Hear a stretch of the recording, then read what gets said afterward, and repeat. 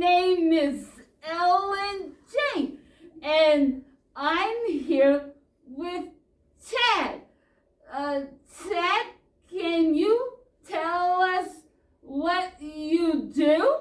Well, Ellen Jane, I'm a radio talk show host on WKCT Radio. I host a morning talk show, and then I'm a tennis coach at one of the high schools here, and I run the tennis tournament for Kids on the Block. Yeah, he's a really big help to us. But what book are we gonna read? We're going to read a book called Silly Goose's Big Story. So you can see Silly Goose there, right? Yeah, it is a silly goose. So, Silly Goose's Big Story goes like this. Goose made up great stories. His friends would always beg him, "Tell us a story, Goose."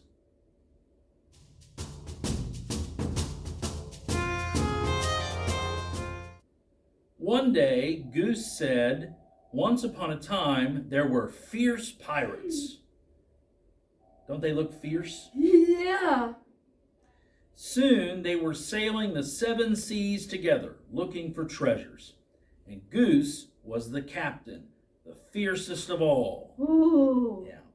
So he's at the front of the log. He's the captain. Yeah. Another day, Goose said, "Once upon a time, there were scary dinosaurs." Soon they were roaming the earth together, hunting and growling. And naturally, Goose was the T-Rex, the scariest of all. Oh.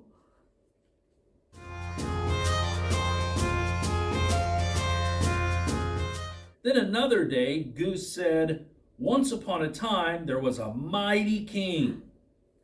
Soon they were marching through towns and hills together, conquering the world. And who got to play the king, the mightiest of all? Why, Goose, of course. You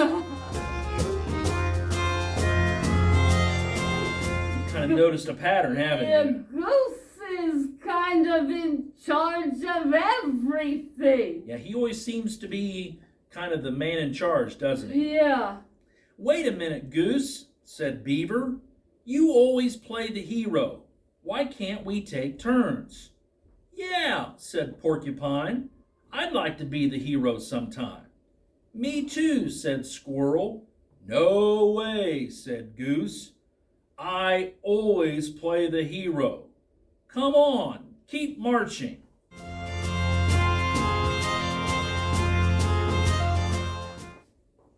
Now you can understand why the rest of the animals weren't happy with that, right? Yeah, I wouldn't be happy either. Yeah. "That's selfish," said his friends. But Goose wouldn't give in. "They are my stories, so I'm the hero," he insisted. They were so busy arguing, they didn't notice that someone was listening. Who would that be? Oh. Suddenly, a big wolf shouted, "Hello, lunch!" They all screamed and ran, but poor Goose tripped on his royal cape, and Wolf scooped him up in an instant. Oh no! "So you're the hero, huh?" Wolf chuckled. "More like a hero sandwich to me."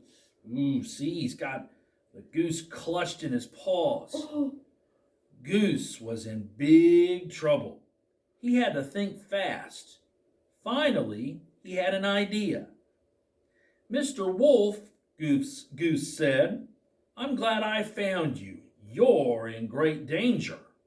"Is that so?" Wolf laughed. "How?" "Well, I'll tell you."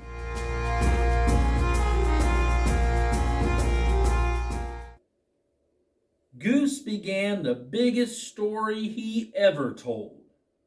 Once upon a time, there were thousands of happy wolves living on this mountain. There you can see them, they're playing. Yeah. Uh-huh, said Wolf. Then one day, what's his name? Oh yeah, Whim showed up, said Goose.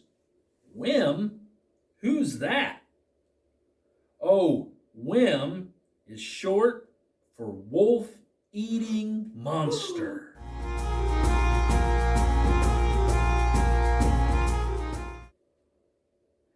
Goose continued.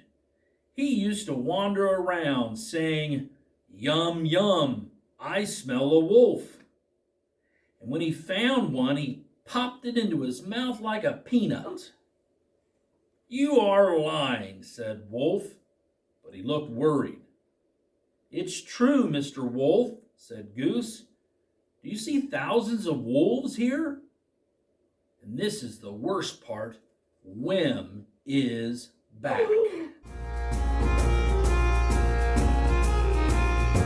think the wolf is scared now? I'm getting scared. The trees started to shake, and they heard loud footsteps in the distance. "What's that?" said Wolf. Soon, spikes of hair appeared above the treetops. "It couldn't be," said Wolf. "See the spikes there just above the treetops? What do you think that could be?"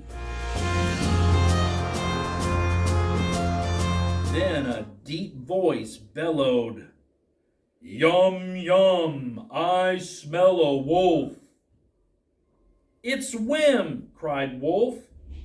He dropped Goose like a hot potato and took off running. He never looked back.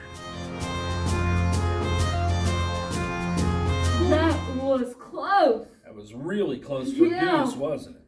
Yeah. Whew! Goose was relieved, but not for long. Something big was coming his way. It was getting closer and closer. Then, from behind the trees, there came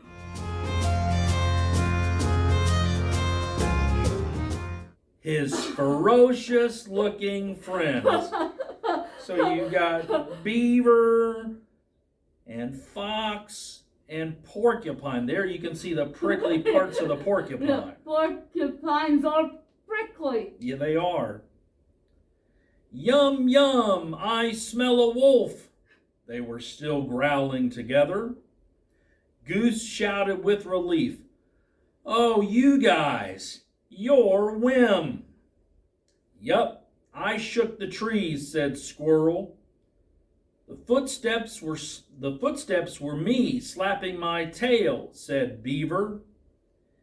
I was Whim's hair," said Porcupine.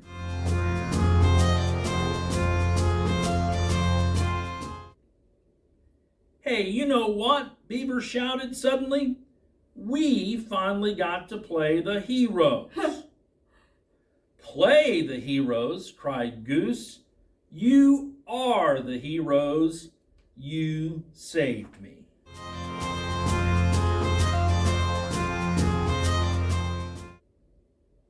"Tell us another story, Goose," the friends begged as they walked home. "Okay, I've got a good one," said Goose. "Once upon a time, there was a silly goose who had the 3 greatest friends in the world." Yeah, it is great to have good friends, especially when they help each other out. Especially when they come to your rescue. Yeah. Well, thank you so much for reading to me. And thank you all for joining us. You all have a great day. Bye.